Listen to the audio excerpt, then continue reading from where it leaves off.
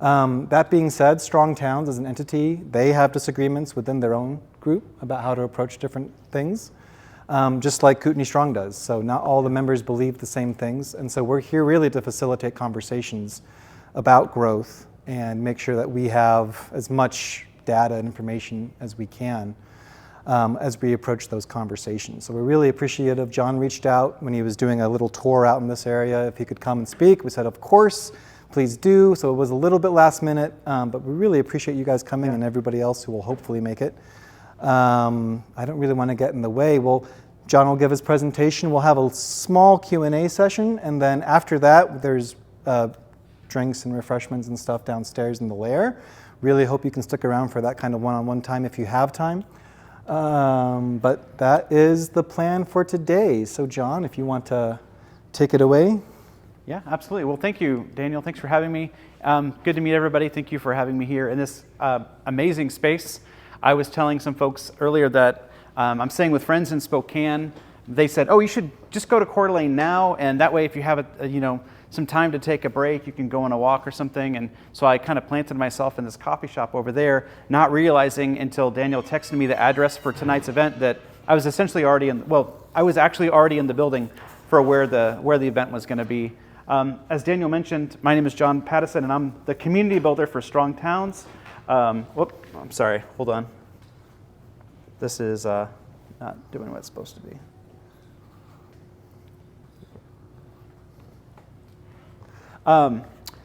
And if you're not familiar with Strong Towns, this is kind of the short version of our mission. The short of it, I'll get to the long of it here in a moment. But the mission of Strong Towns is to make America's pattern of development stronger and more financially resilient. We are a nonprofit media organization. We publish between 500 and 600 articles per year. We've been doing that for almost 15 years. We have an archive of 9,000 articles at this point. We also have 3 weekly podcast streams, including the flagship Strong Towns podcast, which is hosted by the founder and president of Strong Towns, Chuck Marone.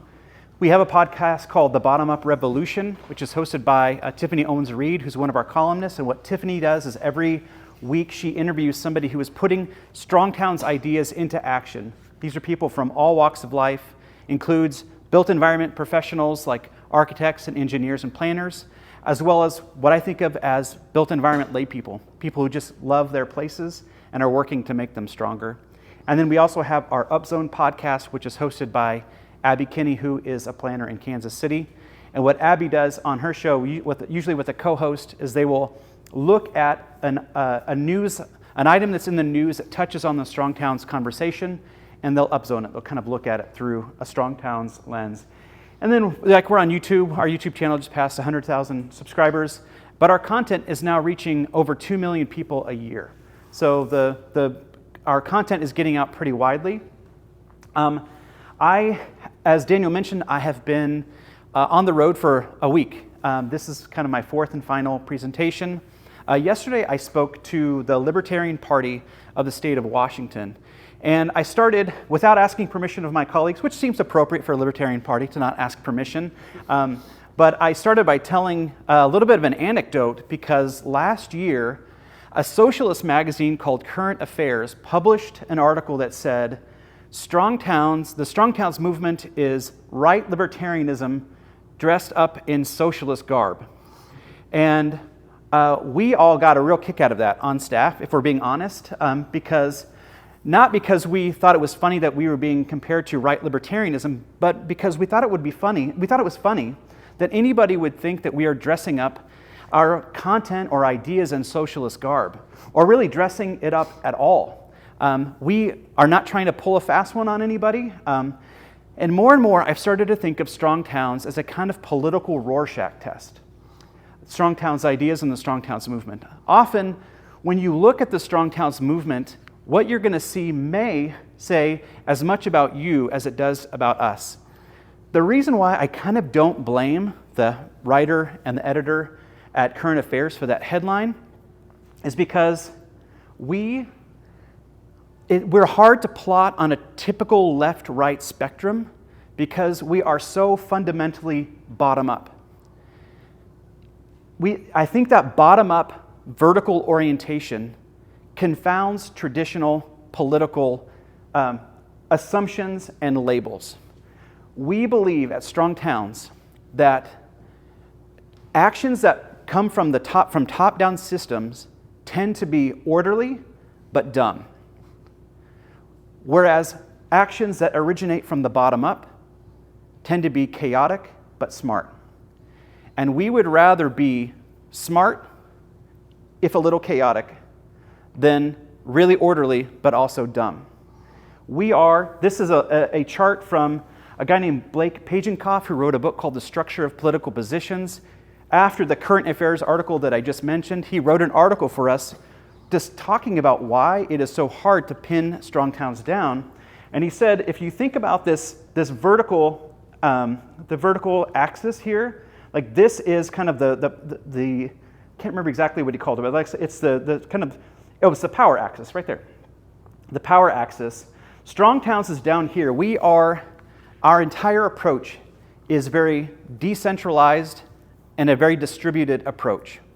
We think that what a community needs, it can be found by observing and by talking to the people who actually live in a community. The solutions for what a community needs already resides in the community itself. And so what we do with our approach is we try to tap into that latent bottom-up energy and bottom-up wisdom. I want to, kind of like what Daniel was saying, like Strong Towns does not, like we don't consult, we don't have model codes. We think that local context is everything. We have only two one-size-fits-all recommendations, which I'll get to eventually. Everything else, I don't want to say it depends, but it has to, we need to be talking to the community. So we don't consult. What I would like to do in this presentation is just offer some ideas that can help your community think differently about how you are growing. Daniel mentioned that I'm the community builder. I work with a lot of local groups. Right now there are 204 local Strong Towns groups around the United States and Canada. 174 of those have been started in just the last 18 months. So this is a movement that is growing very, very quickly. In addition to those 204 groups, there are people in more than 800 other communities that have raised their hand to learn more about starting a local group where they are. We believe that there will be 1,000 local Strong Towns groups by the year 2027. The reason why that is exciting for me, one is I think that the Strong Towns ideas will be impossible to ignore at the state and national level. But based on our current numbers, 1,000 local groups means 10 or 15,000 people who are on the ground daily, weekly, monthly taking action to make their towns and cities stronger and more financially resilient. And in addition to that, at least 1,000 communities will have, as part of their community discussion, part of their community dialogue, it won't just be about growth, it will be about productive growth. And we'll get to that here in a moment because there's a very big difference between growth and productive growth. One of the things that I love, and as part of my work, is that I get to meet people from all over North America, and I get to hear their stories. I like hearing people's kind of Strong Towns origin stories. What got you interested in thinking deeply about how your place is built? I'll just be really honest. I hope it's okay for me to say this. Actually, I've never said this publicly or not in a talk before. I write books. I write books about the church, and I wrote a book called Slow Church that came out in 2014, and it was and it's about faith communities that are rooting themselves in their neighborhood in order to really care for their places, taking on like slow food kind of takes on this food that takes on the taste and the textures of its place and its culture. Slow churches take on the taste and the texture of their neighborhood. And it was in the process of writing that book and thinking about churches in the neighborhood that I started asking a question, and that is, does God care how wide a road is? Does God care how wide the turning radius is or how shallow the turning radius is at my corner? And I realized I needed to think theologically about the built environment. And as I went in search of answers to those kinds of questions, I found Strong Towns. My colleague Norm, he's also has a religious example. We're not a religious organization, but Norm was a pastor in British Columbia. And he started asking questions like, why are my parishioners lonely? Why are the neighbors who live in the neighborhood where my church is lonely? And as he went looking for answers, he learned about the impact of the built environment. There is somebody who I talked to recently who found Strong Towns because he was watching a documentary about the blue zones on Netflix. Has anybody seen that documentary yet? It's a gorgeous documentary, beautifully shot. Blue zones are places around the world that have an exceptionally high percentage of centenarians. These are places where people are much more likely to live to 100 years old or more. And researchers have been studying the blue zones for decades, and they have started to identify some of the things that these blue zones have in common. And this guy was watching the documentary, and he realized that there are a number of things that these blue zones that they have in common that are next to impossible for him where he lives. People in blue zones, they are growing up near their adult children. Not growing up, excuse me, they're getting older in proximity to their adult children. They're surrounded by social clubs, whether it's churches or fraternal organizations. They're surrounded by these social circles that promote healthy activity. They also are places where if you're going somewhere, chances are you are walking or biking. And this guy realized, as he was getting older, he's in middle age, there's nowhere that I can walk or bike to that is worth walking or biking to in my community. He said, I'm not getting older near my adult children, and if I wanted to downsize my home, I have to move out of my neighborhood because my neighborhood is full of homes that are all the same size and the same price point. And he realized that my key social circles are places I have to drive to, and what happens when I can't drive anymore. So as he went looking for answers to these questions about why he can't get, I don't want to say can't, but why these things were not possible in his neighborhood, he found Strong Towns. I love these kinds of origin stories. Other questions that people ask: why is the road in front of my house years behind schedule for basic maintenance? Why are people getting hurt and killed at this intersection year after year after year and nothing ever changes? Why can't my city library afford to stay open past 4:30? Why are my taxes going up, but the services I get for those taxes are going down? Why is my town in a housing crisis? Why do cities in Europe and elsewhere in the world get to look like that, but my city has to look like this? Why can't we afford the basic road? Why can't my town afford to keep up with its infrastructure obligations? And as they go looking for answers, they find Strong Towns. This is a guy named James in Decorah, Iowa. I interviewed him back in 2019. James, I grew up in the Midwest. James is a traveling salesman, has been for 40 years in the Midwest.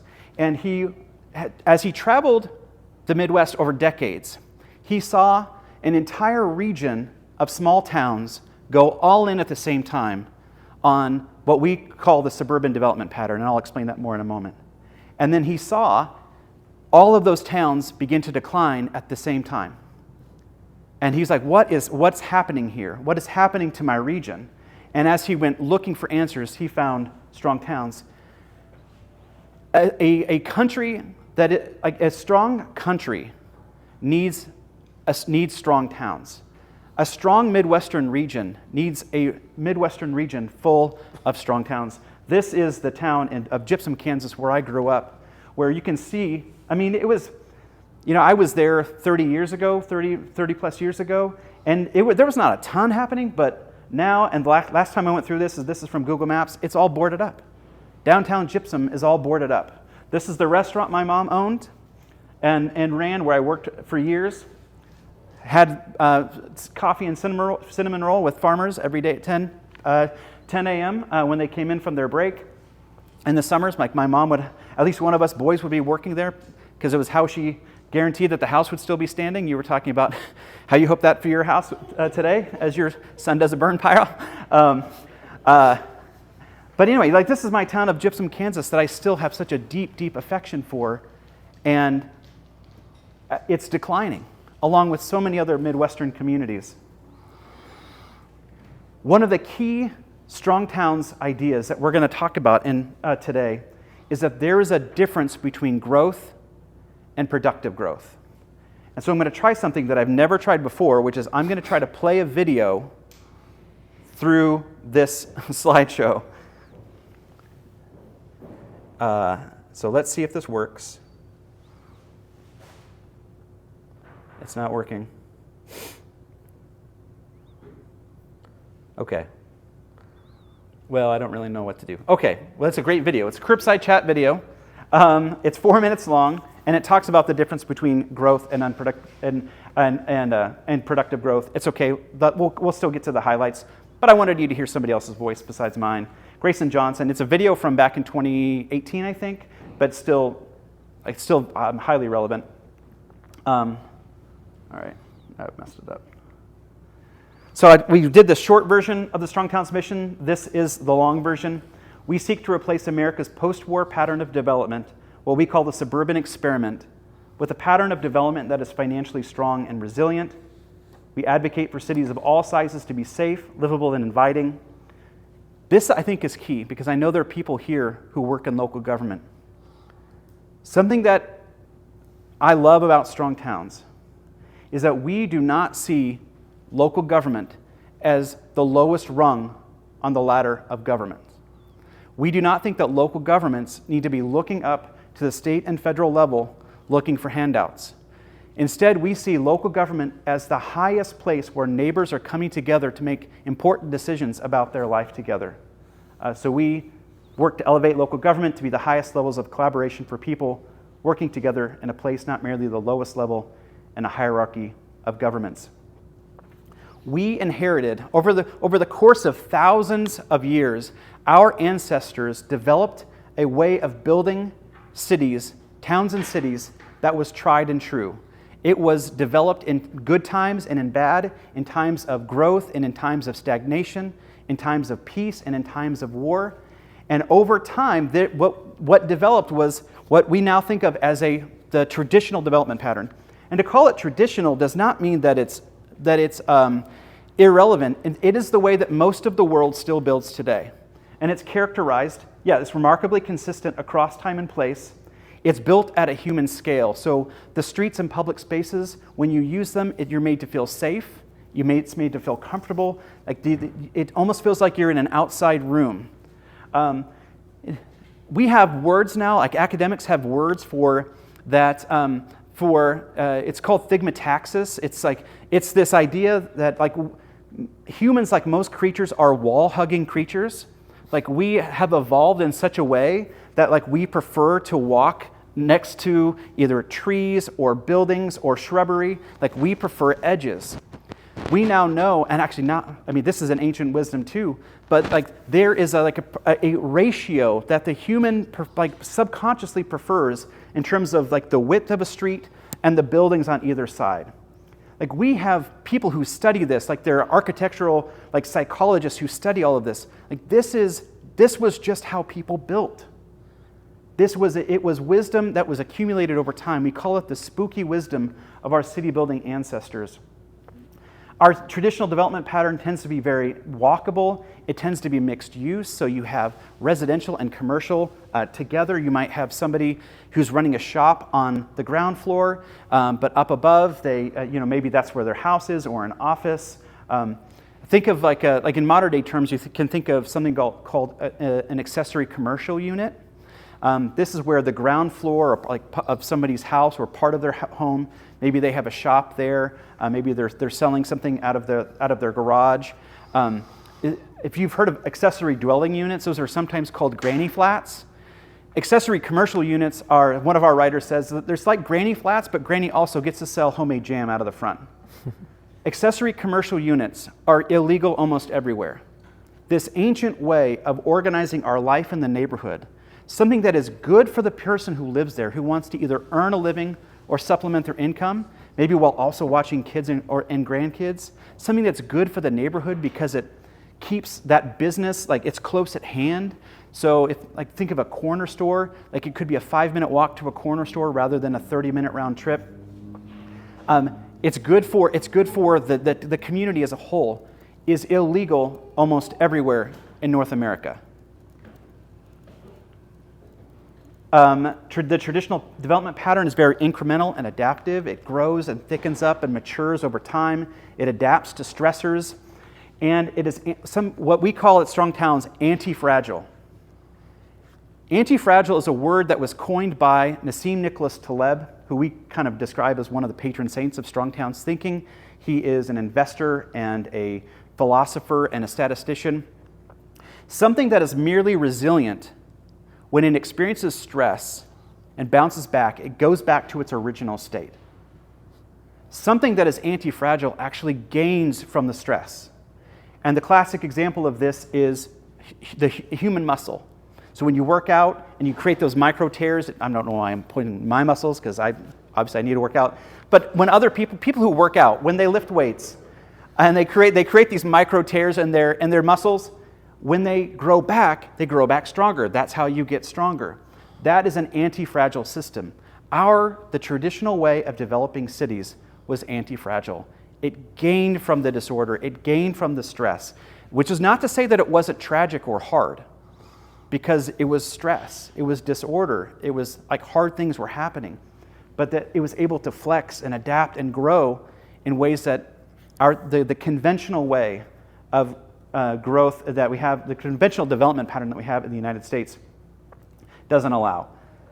I think if we as 21st century Americans were to visit ancient cities like Athens and Constantinople and Rome, when it comes to the development pattern, I think what we would be struck by is not by how different these places are, but rather how similar they are in their development pattern.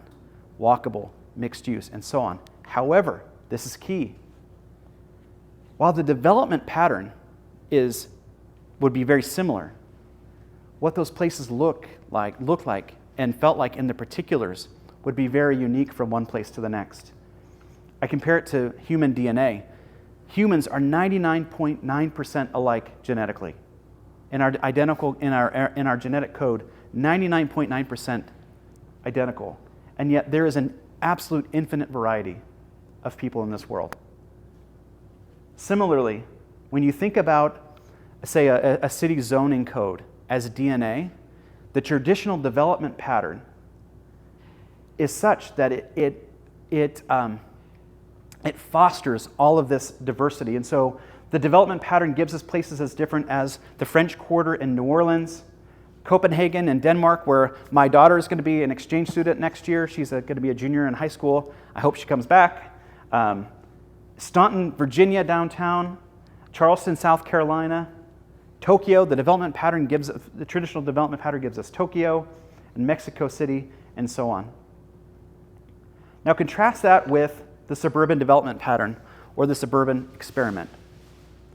The suburban experiment, we call it the suburban experiment because in the blink of an evolutionary eye, we abandoned thousands of years of city building wisdom that we had inherited from our ancestors in favor of a way of building that was untested and based on abstract theories. Abstract theories, and also relied on the boom years of the post-World War II economy, and as we're going to see, a bunch of subsidies, in various forms. But I want to make sure that there is no, that I'm not being that I'm not miscommunicating, because the suburban development pattern and the suburban experiment changed the North American development pattern so quickly and so completely that it has become the default way of building in the United States and Canada. We are all, whether we live in the suburbs or not, we are all suburbanites now. This is just a few examples, just random. Oklahoma City, like this, you can see the downtown, but the rest of it is that suburban development pattern. Phoenix, Arizona, Salem, Oregon, near where I live, and Coeur d'Alene, Idaho. It's everywhere. We are all suburbanites now. The suburban development pattern is, again, like very consistent from one suburban style neighborhood to the next. It's built at the scale of the automobile, which is our dominant mode of transportation, which means it's also not very walkable and bikeable. It's, the residential neighborhoods tend to be single family only zoning. And I want to pause because, in fact, I think when I was talking about this yesterday, I actually had underlined the word only. We are not about ending single family homes, single family housing. I want to be very, very clear. What Strong Towns advocates for is the end to exclusionary single family only zoning, where that is your only option. I mentioned that there are 2 one-size-fits-all recommendations that we have for every town and city, regardless of their size. The first one is that every town and city, it should be, every neighborhood should by right be allowed to thicken up to the next increment of development. And so if a neighborhood is zoned for R1, that neighborhood people should be allowed to convert their home. It's their home. They should have the freedom to convert their home into a duplex. They should have the freedom to add an ADU to the backyard or above the garage. It's their property. This is another key. It's not one of our recommendations, but this is this is why I want to stress it. We were just talking about this before. People have asked Strong Towns, are you YIMBY, NIMBY, or what? In fact, I think Chuck wrote an article, is Strong Towns YIMBY, NIMBY, or what, in response to this question. The truth is, like, you'd be hard-pressed to find in our content the labels YIMBY or NIMBY. Because, first of all, they're unnecessarily politicized, or not unnecessarily, like they're politically charged and unnecessary, ultimately, like to use that language. The other is that while we are, like as you just heard, like for more and various housing types, we kind of get where the NIMBYs are coming from. Because for many people, when they think of growth, they think of a 20-story tower that's going to go up next to my single-family home. They think of years and years of construction, like never-ending construction. They think of neighborhoods that are going to like lose their character seemingly overnight. And so at Strong Towns, while we do believe that no neighborhood is exempt from change, we also critically believe that no neighborhood should be subject to radical change. So that's why we say our recommendation is by right to the next increment of development. It is slow, it is adaptive, but here's what's the challenge. Here's the challenge, actually I'll get to it here. When I say the suburban development pattern is not flexible or changeable, in the suburban style of developing, whether we're talking a residential neighborhood or like a commercial development on the outskirts, places are built to a finished state all at once, and they're locked in regulatory amber. So they are not allowed to flex and adapt over time.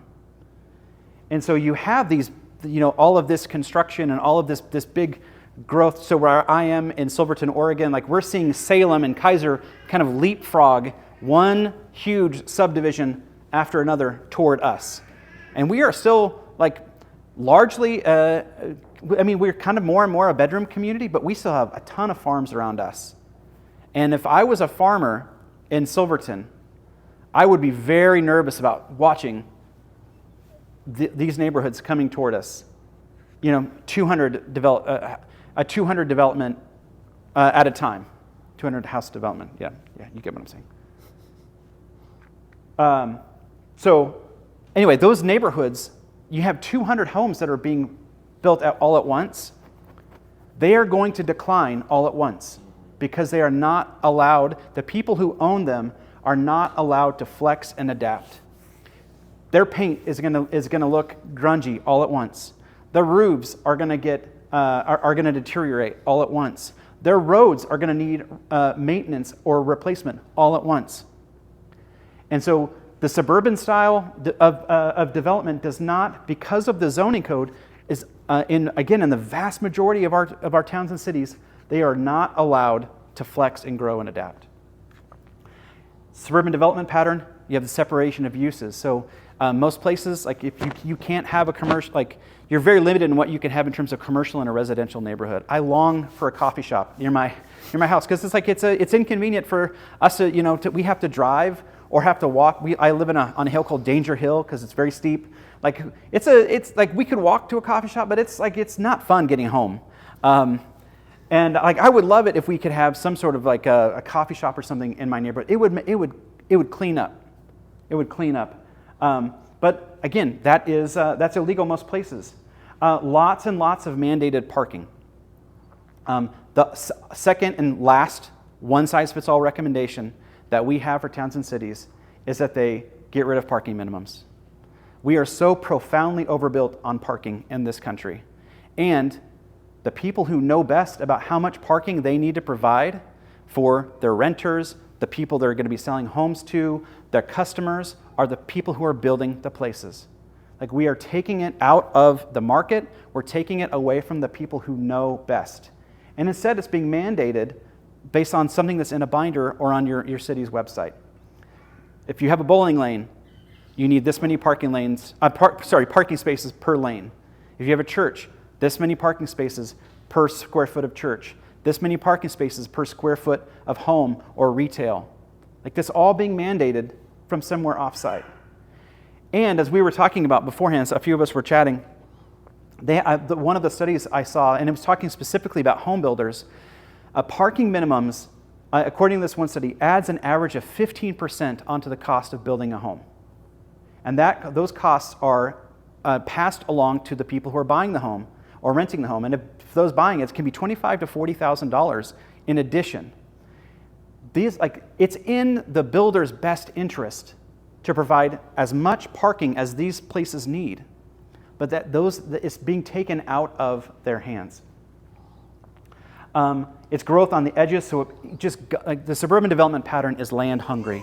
So we talked about, this is as somebody who kind of got interested in strong towns, even sort of predating the theological questions, like by reading Wendell Berry and by reading some of my favorite writers who were also farmers, thinking about the plight of American agriculture, how we have young people who can't afford to get into farming even if they wanted to because the price of land is so high. The suburban development pattern is land hungry. Land is the most precious, resource that our communities have, and we need to use it with, I almost said with respect, which I think is probably true, but we need to be very discerning about how we use our land. Almost done. I spent a lot of time on this slide. The suburban development pattern relies on mega projects. It's not incremental. We're going to expend a lot of our actual capital, political capital, people's patience, energy on these massive mega projects and hope that they work out. And as we're going to see, a lot of these projects don't work out. And you've now spent all of that political and actual capital. And then finally, the suburban development pattern is very fragile. It's not anti-fragile, it's brittle. I'm so far off my notes. I'm hoping I'm going to get this right. This is Walla Walla downtown. I like to point out that the iconic American Main Street is illegal to build almost everywhere. These places that we love to visit, shop, walk, places we love to go on vacation, we could have those where we live. We don't just have to visit a great walkable Main Street. They would be illegal to build because of things like parking minimums, which I'll show you here in a moment, because of they don't meet minimum lot size requirements. Now, I'm not saying they're illegal right now because they've been kind of grandfathered in, but we could not build this today with the zoning codes that most towns and cities have. They don't have the right storm, like rainwater systems. They need more land than that. The lot sizes are too small, and so on and so forth. We can't build Main Street. This is Old Town Pocatello, Idaho. If the downtown Pocatello had to have the parking minimums that we have today, if they had to abide by these rules, this is what it would look like. It would be this island of downtown in a sea of parking if it had to abide by the current laws and current zoning restrictions. Something we like to talk about is that there's a difference between something that is merely complicated and something that is complex. And the difference makes all the difference. Something that is merely complicated is ultimately knowable and predictable. Something that is complex is emergent, requires a lot of, like there was of lots of different forces coming together, and what appears is something that is ultimately unknowable and should require in us a lot of humility. Cities are complex places, but while they are complex, okay, I'll actually really quick use the example of a cornfield is a complicated place. A monoculture crop is complicated, whereas a rainforest is complex. People have tried to replant the rainforest, and they can't do it. Once it's lost, it's essentially lost to modern humans because we don't understand all of the different things that go into creating a rainforest. It's too complex. Cities are complex, but they're not invulnerable. The way to turn a complex environment into an environment that is merely complicated is to flood it with resources, even to flood it with desirable resources. And you can kind of see that process with a visit to your local historical society. This is Brainerd, Minnesota, where my boss, Chuck Marone, lives. This is Front Street in Brainerd in 1870. Brainerd, like many places, started as a series of pop-up shacks. That's how most settlements got started. And some of them made it and some of them didn't. And those that didn't make it, while tragic for them, like for the few people who were there, they pulled up stakes and they tried the next place. But some of them did make it. And as they began to kind of grow and to thicken up and mature over time, these buildings made of wood, made from local timber, by 1890, this is just 20 years later, are now buildings of stone. You can see it's like starting to take on more permanence. By 1930, this is Laurel Street in Brainerd. You start to see the automobile. You still have these kind of lovely stone buildings there. But Chuck, when talking about the history of his place, will say that this right here kind of, in general, represents an inflection point for his town because beginning in the 1930s and 40s, it was no longer important to them because of the advent of the automobile, because of the huge influx of like private and public sector capital. Now all of the growth was sort of moved to the edges. So you had all of these resources coming in terms of capital. This is what Laurel Street looks like today. This is a complex environment. This is merely complicated. And it was because of the introduction of all of those resources through the suburban development pattern. I talked about the suburban experiment as an experiment. The question is, did the experiment work? We're 80, 90 years into it. Did the experiment work? I think people can look at it in a variety of different ways. Is the human body better off as a result of the suburban experiment? Is human mental health better as a result of the suburban development pattern? I'll just quickly say that a couple of months ago there was an article in the Journal of Pediatrics that it correlated, and I think like sort of made a good like causation argument as well. The increase in mental health struggles among young people with the loss of independent play and independent activity. And it's, again, I think it's like it goes beyond correlation. I think you can see a causation there.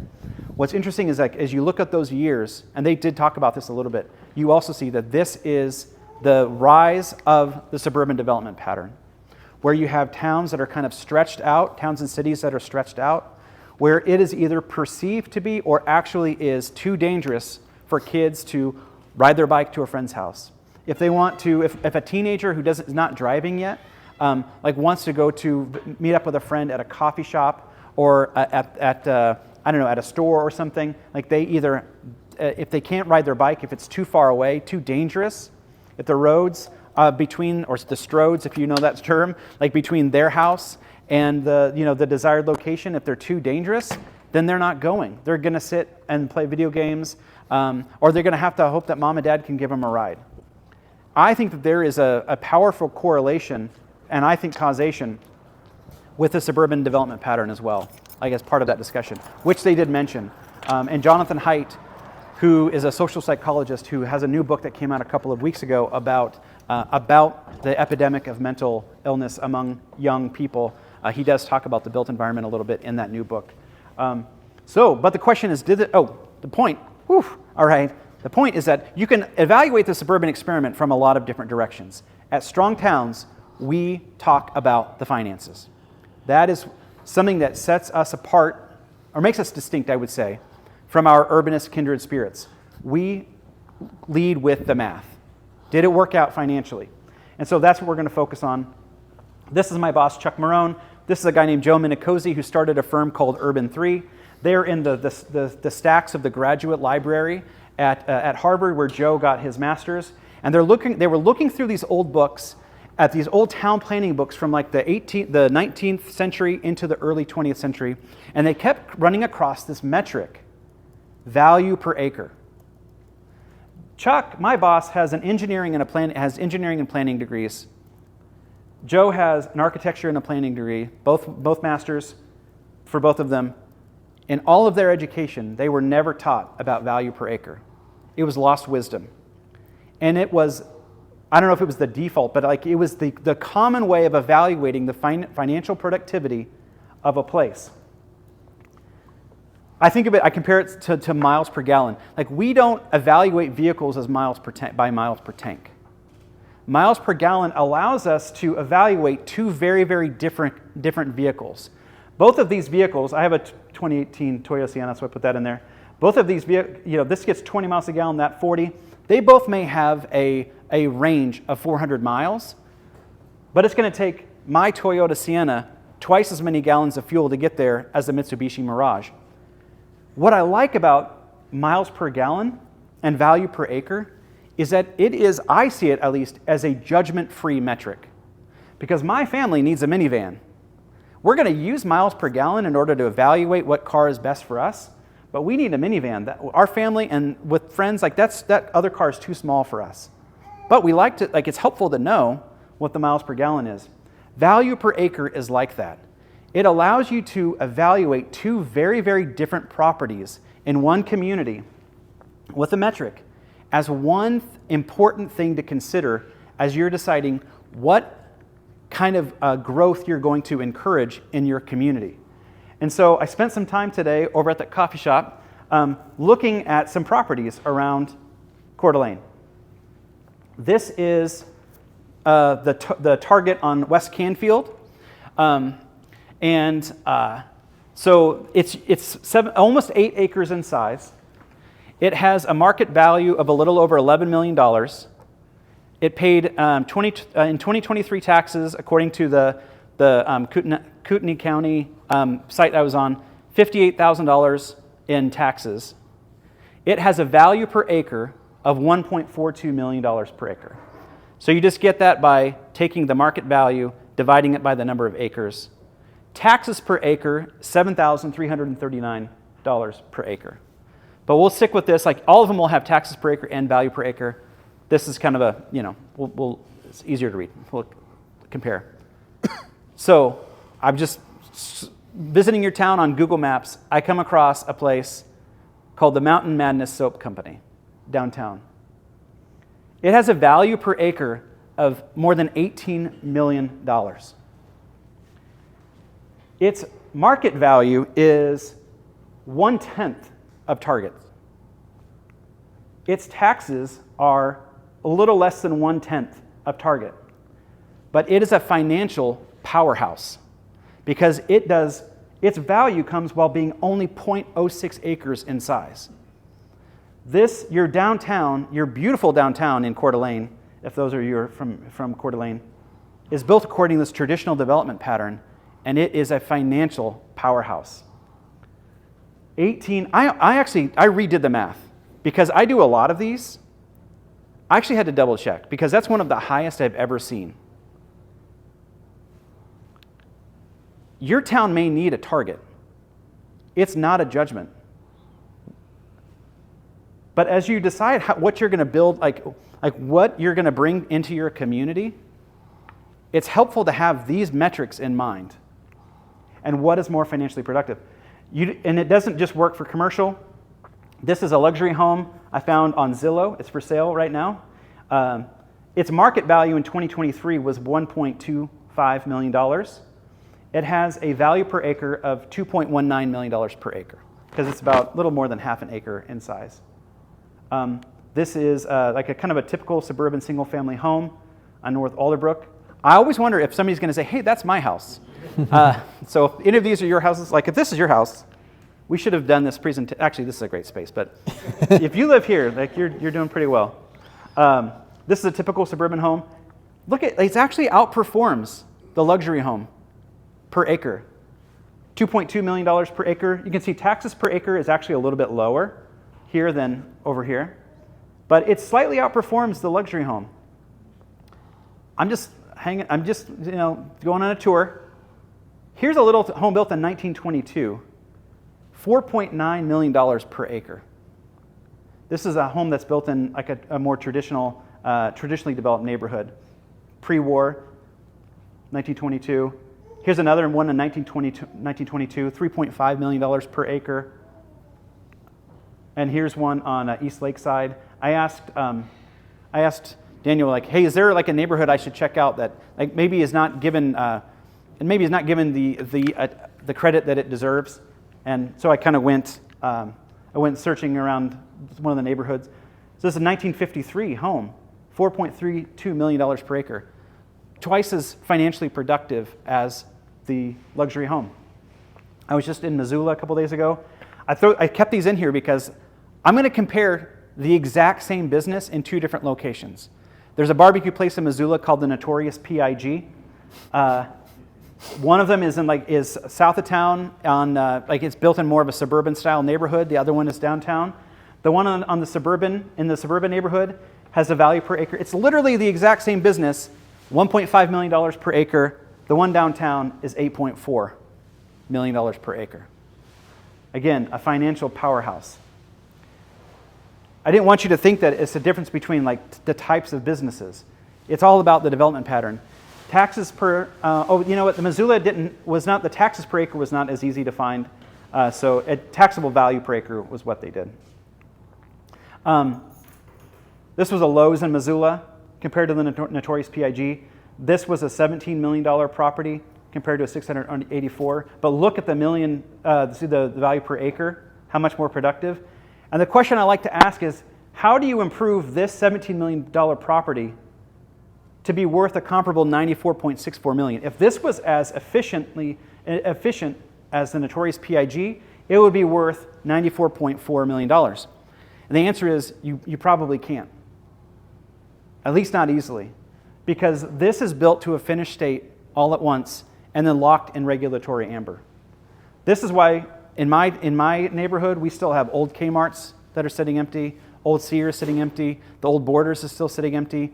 You have these hulking shells that were built, and then once either Borders closed or they went out of business, or maybe they had some special tax breaks and they pulled up stakes and left town when it was no longer in their financial benefit to be there. They found somebody else that was going to give them tax breaks. They just sit empty because it's designed to decline. And this is the conventional approach to development that we have in the United States. I left this in real quick. This was the Lowe's, and I just thought it was, when I was in Missoula, I said, well, I'll overlay the size of the Lowe's parcel on the downtown, and it's almost 4 square blocks of the downtown. This is, I mentioned Urban 3, Joe Minicozy. So this is what this looks like on a citywide scale. So the metric that he's using is very similar, but it's a little bit different.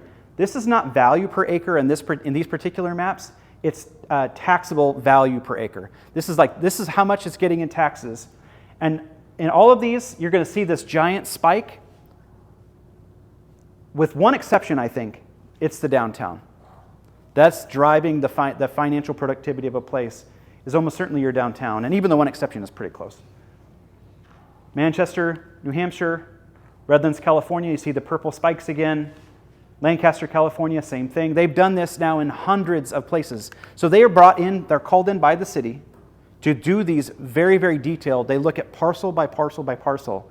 The city opens up its books, and then they create these 3D maps so that people like me who glaze over at spreadsheets, I can understand what's going on. Lancaster, California, there's that spike again in downtown. Brevard, North Carolina, same thing. Bozeman, Montana, same thing. This is the only one I could find for Idaho in their case studies so far. But they have all their case studies there. But this is downtown Ketchum in Blaine County, Idaho. You can see the giant spikes. That is what's driving. But then sometimes Urban 3 goes one step further. Actually, they do often, but this is, I think, this is what I love. This is the city of Lafayette, Louisiana. We went into Lafayette. We were invited by the city of Lafayette, along with Urban 3, Strong Towns and Urban 3, to not only look at the value per acre, but also to look at the expenses per acre. And we did that plot like parcel by parcel by parcel. And this is like the colorblind version. Like if you're colorblind, hopefully that's easier to read. But this is the same data. Everything that is in green is financially productive in Lafayette, Louisiana. Everything that is red is financially negative. It costs more to maintain and replace the infrastructure there than it does to actually make it back. Financial positive, financial negative. This is the one exception. This is not downtown. It's really close to downtown. It's a new mixed-use development. So it is a new development, but it's made to mimic the traditional development pattern. And then over here, you have, like, downtown is kind of just to the east, and then just to the east of the downtown, you have the neighborhoods that are built in the traditional development style. In Lafayette, those are the poor neighborhoods. And you can see that even though these are the poor neighborhoods, in terms of like the financial productivity, they are still revenue positive. Oh, and I should say that it's like the higher, I didn't mention this, the higher up it goes, like either the more financially positive it is or the more financially negative it is. All of the red is the suburban development pattern. And in Lafayette, that's the rich neighborhoods. So what that means in Lafayette is that the poor neighborhoods and the downtown are subsidizing the suburban style neighborhoods. That the poor rich thing, like that's not always the case. And where I live, near where I live, in Portland, now all of the poor folks are kind of as people want to move closer into Portland, like what had been the poor neighborhoods, like those folks are now being pushed out to the suburbs again. So in Portland, it's actually like those would be the wealthier neighborhoods now, that are those old neighborhoods. But here in Lafayette and in many places, those neighborhoods are ones that have been neglected for years. And like this is like when this is the downtown. That big spike, not this one, but like everything here, like this is the downtown we're talking about in the top right. Like no shade to Lafayette, but like this is like we're not talking about this is being recorded. It's not an awesome downtown. But look what it does. Like, look what it can do. These are the suburban style developments that are being subsidized by the downtown and the poorer neighborhoods. And why is the suburban development pattern, in addition to some of the things we've already talked about, like being inflexible, why is it financially negative? Sticking with Lafayette, in 1949, Lafayette had a population of 33,500 people. In 2015, it had a population of 121,000 people. So the population grew by 3.5 times. In that same time, it cost the average feet of pipe per person 10x'd. As the town grew and grew in a suburban style, it stretched out the community. And now it requires 10 times the amount of feet of pipe per person, which raises the infrastructure costs. The number of fire hydrants per 1,000 people went up by more than 21 times. This is why it's so expensive to build and then to maintain and replace suburban style development. In the meantime, the median household income only went up by about 1.5 times.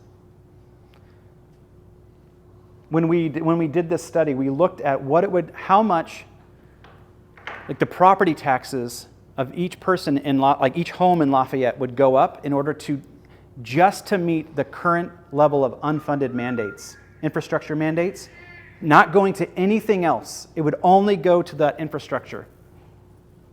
It would have to go from $1,500 per household to $9,000.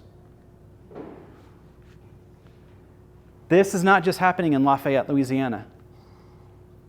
When the infrastructure bill, the big infrastructure bill that passed, when it was first released, not just the whittled down version, but when they were saying this is what this is going to cover, it identified, oh shoot, I don't have my notes. Okay, I'm so far off my notes, but you can see it's like 17,500 miles of road in poor condition.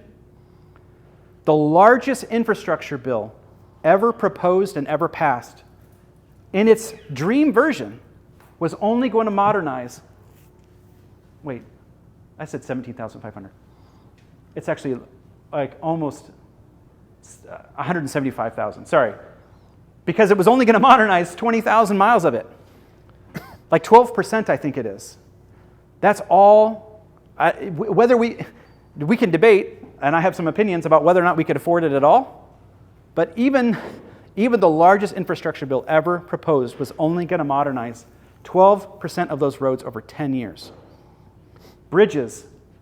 The number of bridges in poor condition, identified as being in poor condition, 45,000 bridges. The largest infrastructure bill ever proposed was only going to be able to modernize 10,000 of them.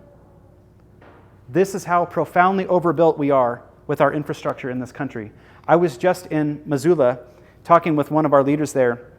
He said that the state of Missoula is closing an average of one bridge per week because it cannot afford to repair or replace them. The city of Houston just declared that it's broke.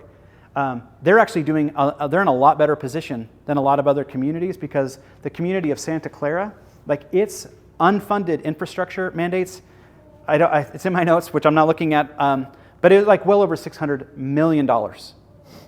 In this rich Silicon Valley community, they cannot afford to maintain their own infrastructure. And so what happens, the default approach is what we call the growth Ponzi scheme, where we are at a point where in order to pay for yesterday's growth, we have to have more new growth today. And what happens with the growth, with the Ponzi scheme, is it comes crashing down. It's not a question of if, but rather when. But this is like we chase new growth to pay for the old growth that we can't afford to maintain and replace anymore. And so our debts accumulate as cities and towns, and we get to the point where we can't afford to maintain what we already have. I actually just came across this the other day.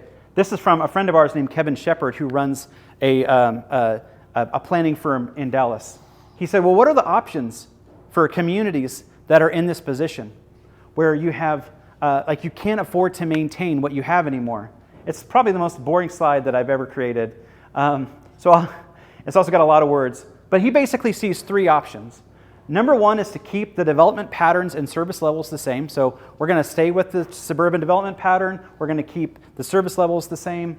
But we're going to raise taxes. The second option is to keep the development pattern the same. We're still going to do the suburban development pattern. We're going to keep the taxes the same, but we're going to cut services. That's why your library is open until 4:30. That's why we're having to lay off firefighters and police officers, because we have to cut services in order to be able to maintain what we already have. The third option is to shift the development pattern and infrastructure design to enable an affordable balances of services and taxes. That means we start developing again. We start exchanging growth for productive growth. We bring back the traditional development pattern. I'm going to do one more slide and then I'm going to pause because I actually don't think we'll have a chance to really get to some of what I have next. But I'm going to go through some quick Strong Towns principles and maybe we could do some Q&A.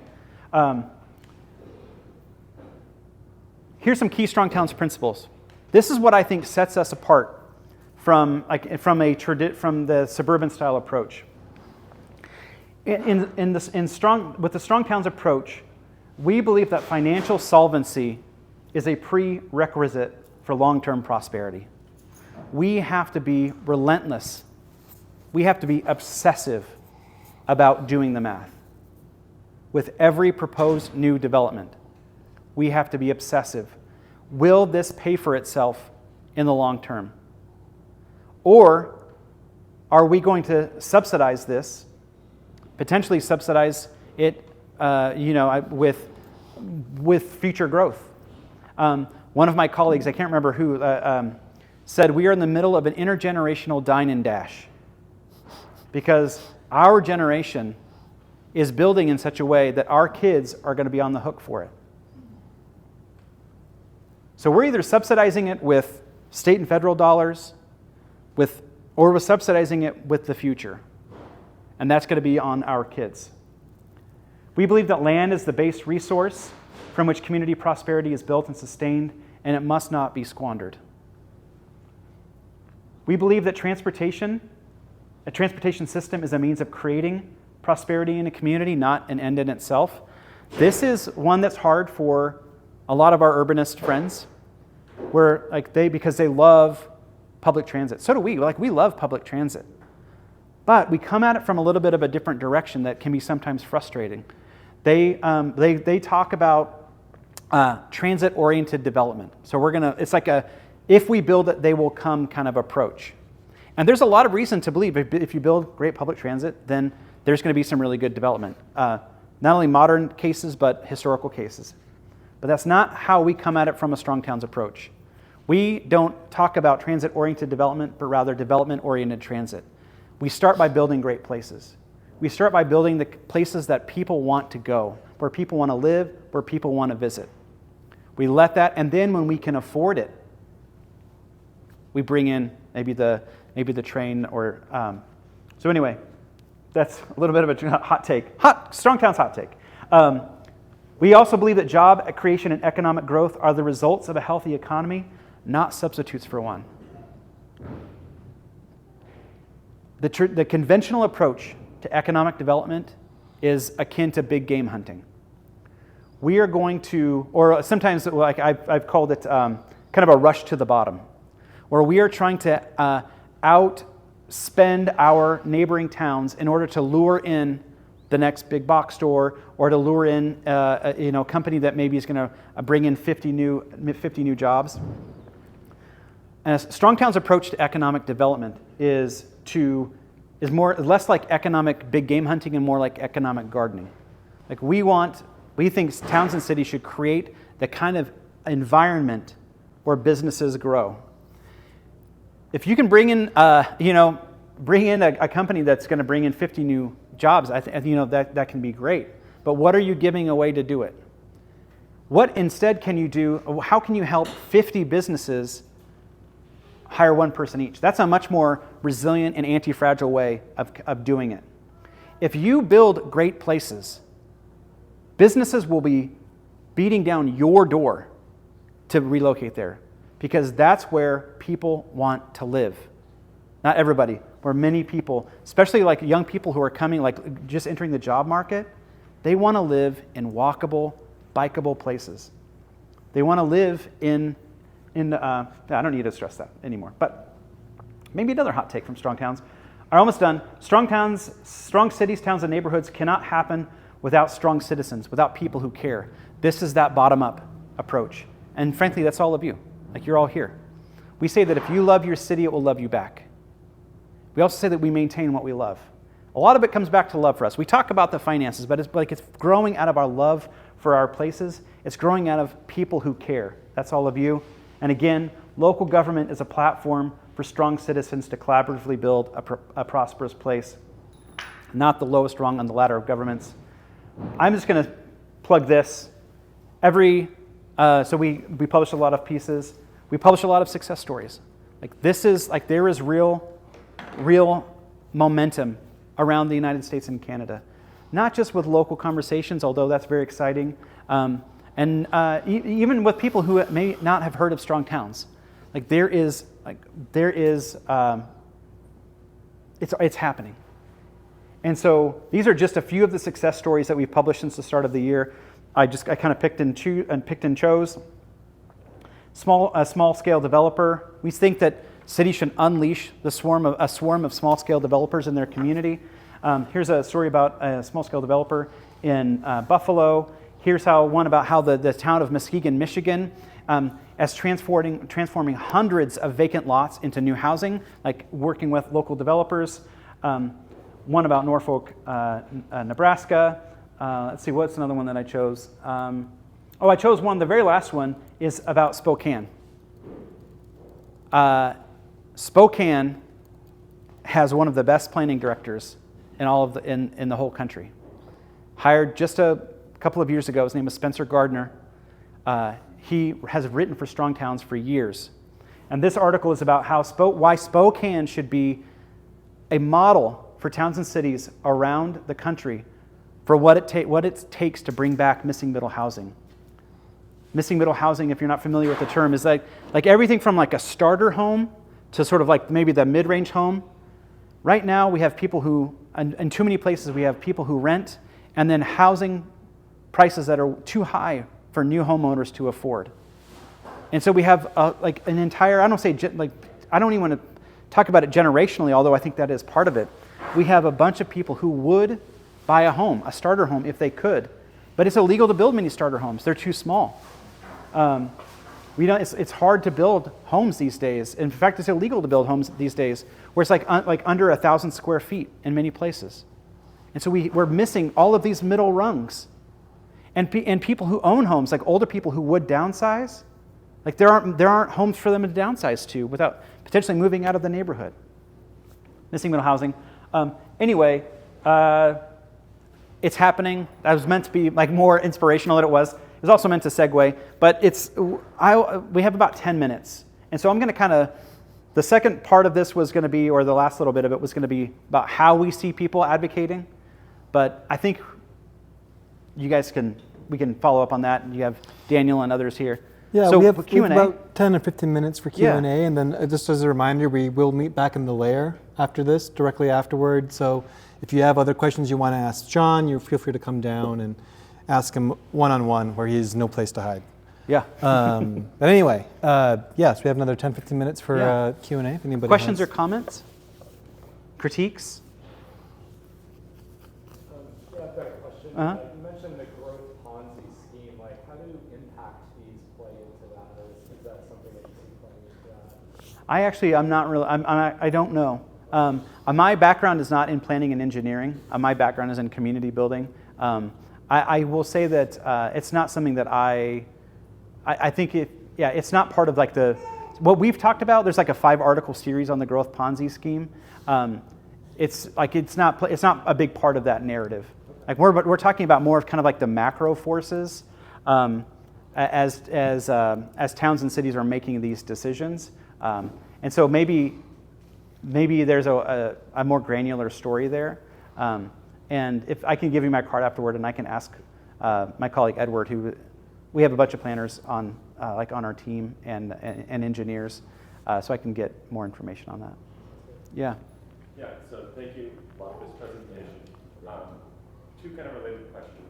One is there a region in the U.S. which gets this closest to correct in terms of economic sustainability? And then related to that, Europe has had a longer time period to deal with similar problems. From the outside, my guess is they're much closer to sustainability, but they also have really dense cores that are old, and they tend to have a lot of suburban sprawl as well. So, is there anything you can say in general about these numbers being run outside the U.S., in Europe specifically, and if they're closer? Yeah, they are much closer. In fact, many places around the world are. I will say that they're not immune from this. We talk to people, and I've talked to people as a community builder. Like, we have people who are starting local conversations in Ireland, in New Zealand, in Australia, and, devastating, Rotterdam, Netherlands, the Netherlands. You know, people love the Netherlands like for its urban design, but I'm talking with the person who's starting a local conversation there, and she said, like, the good and the bad coexist here as well. And so, it's interesting to me that, like, how many places around the world say that they want to be like the United States. They look at the wide roads and they're like, that sounds great. Meanwhile, there's a growing movement here, like, no, wait. We're trying to reclaim what you have been stewarding all of this time. So we are seeing some of it around the world. But yeah, I would say not only in European countries, but in Latin America, there's a movement called, movement or school of thought called Latino urbanism, where you see this, like in Latin American countries, you see the traditional development pattern. Countries in Asia as well. What was the first question? I apologize. Just which region of the U.S.? Oh, which region of the U.S.? Yeah. Thinking regionally, I would say probably the Northeast has, because they have those older cores. But this is an unscientific metric. Every year we run a contest called the Strongest Town Contest. And we are not looking for cities and towns that are perfect, but cities and towns that are getting better. And the vast majority of our winning towns since we started this contest have all been in the Midwest. I don't know if it's public who won, but I think it'll be announced on Monday. But the finalists were both from the Midwest, Nebraska and Ohio. Before that, we've had two winning cities from Michigan, Muskegon, Michigan, and I can't remember the name of the other one in Michigan. It starts with a T. But yeah, we've had a winner in Indiana. The new winner, you heard it here first, is Ohio, Maumee, Ohio. Because these are towns, again, not perfect, but doing the work of getting stronger. And I don't know. I guess somebody who grew up in the Midwest, I love to see that. We were flyover states. You know, I hated that term. I hated it. I was so offended by it when I heard that. I remember as a kid, like, I don't know why I'm getting emotional, but like, I love these places. You know, those were my towns. People didn't know them the way that I did. And so to see the Midwest get some love, I'm loving it. Yeah. What are some of the criteria for the strongest towns you guys use for metrics? We don't use metrics, we ask questions. Like, what are some of the things that your town is doing to X? Like, how easy are you making it for somebody to start a business, to build a new home? What does parking reform look like in your community? Like, how have you been able to do some of that? And we're not saying, everybody, like the winner has to have ended parking minimums, because that's often a gradual approach. Sandpoint, Idaho is a good example where it started downtown. Like, they ended parking minimums downtown. It was such a success that they expanded it out. So it's more like asking those kinds of questions and just teasing out the stories there and the trends. The final ones for us were Maumee, Ohio, and Norfolk, Nebraska. It looks like Norfolk, but as a Midwesterner, it's Norfolk. And they have revitalized their downtown in a way that's really beautiful. So anyway, those are some of the questions. Yeah, Daniel. Also kind of a two-part question. When you talk about missing middle housing, is missing middle, like developing missing middle housing, is that negatively or positively correlate to crime in that town? Yeah. Or do you know, or would there be any resources we can look into? I actually don't know. I don't know of any studies. Maybe there's been some. But I will kind of bring it back to this idea of no neighborhood being exempt from change, but no neighborhood being subject to radical change. What that does is it releases all of that latent sort of energy from within the neighborhood. It's also, we hear lots of concerns about gentrification and legitimate concerns. At Strong Towns, we talk about gentrification, whereas you're empowering the people who are in the neighborhood to kind of take ownership of their future, like what they want to do anyway. And so the answer is I don't have the statistics. I haven't seen studies. I don't think we've published anything about it. But in general, it's stuff that's happening from within the neighborhood. And so the people who are going to be in the neighborhood are the people you want in the neighborhood. Maybe it's your relative that needs a place to stay for a little while, or your mother-in-law who like wants to downsize. Like somebody that, you know, if you're going to rent out your ADU, you're going to be like this is who do I want living in my backyard? In my backyard, like LIMBY, like living in my backyard. That's the new ADU thing. That was cheesy, but you know, you're going to ask who would I want living, because you have that control. And the same question, but economically, like, are there studies about how adding missing middle housing affects a community economically? Oh yeah, it's huge. It's massive. We have published articles on this. Reintroducing missing middle. Again, this ancient way of building. Reintroducing and legalizing missing middle housing is a great way for your neighborhood to strengthen and mature over time. This is what it is. Again, I kind of like do this thing with my arms, where it's like you're flexing and adapting and strengthening and maturing. This is how cities and towns grow, how we were meant to grow. And so it's economically, like, you're strengthening your neighborhood. And the thing is, like, we see, because we have had so many cities now, like in the Twin Cities, where they legalized ADUs, you can see that there is, now that we're a few years into it, there was not a massive rush of like thousands of applications to do ADUs. It's very slowly, you know, as people kind of understand the concept and people are ready to do it. It's not a massive all at once change. It's a very gradual change. It's very smart, very anti-fragile. Go ahead. I was thinking on that, it sounds like, which I love backing into the math on the whole thing and starting there and then making that work. We had another conversation about kind of like forcing middle housing in, but by getting subsidies and then controlling it. And all Yeah. that stuff. What are your guys' thoughts on, like you're saying, kind of like how do you do it, or try to get more of like a organic middle housing versus kind of like coming in and forcing like controlled subsidies middle housing? We're not about the control and the subsidies. We believe that the energy is there, and that the people are there or will be there when it's time. It's about freeing people up to do what they would do if they could. Definitely not subsidies, not control. Just remove the relatively new and fairly abstract and arbitrary restrictions that we've put on people through our zoning codes, and let them do what people have done for thousands of years. There's a phrase that we use sometimes of the trickle or the fire hose, where you have neighborhoods that have been neglected for decades, kind of like starving for resources. Well, all of a sudden they get like a fire hose of resources from the city, from the state, through private capital, and that is that cataclysmic money that changes the character of the neighborhood. And so the conventional approach to economic development or neighborhood development is that trickle or fire hose cycle. That is, I think, that top-down control. Even if it's not like the government top-down systems, it's like all of this like massive amount of private capital is. That is not the Strong Towns approach. It is releasing those restrictions and giving people the freedom to do what humans have always done. Yes.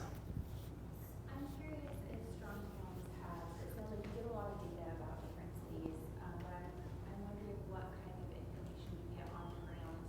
When you hear increased density and decreasing parking requirements, I mean, those are things that a lot of people that are already living in these communities and in our community struggle with on their day-to-day. So I understand the point that you're maybe I understand, like fourth time through, I'm really trying to get the math.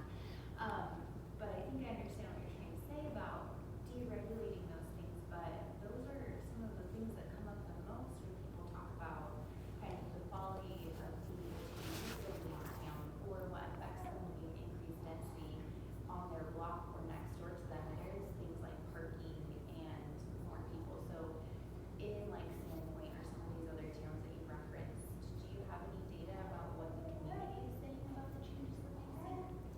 I haven't seen any data about after the fact. I'm sure it exists. Like I'm sure that those surveys exist, and I just can't call them to memory or call them to mind.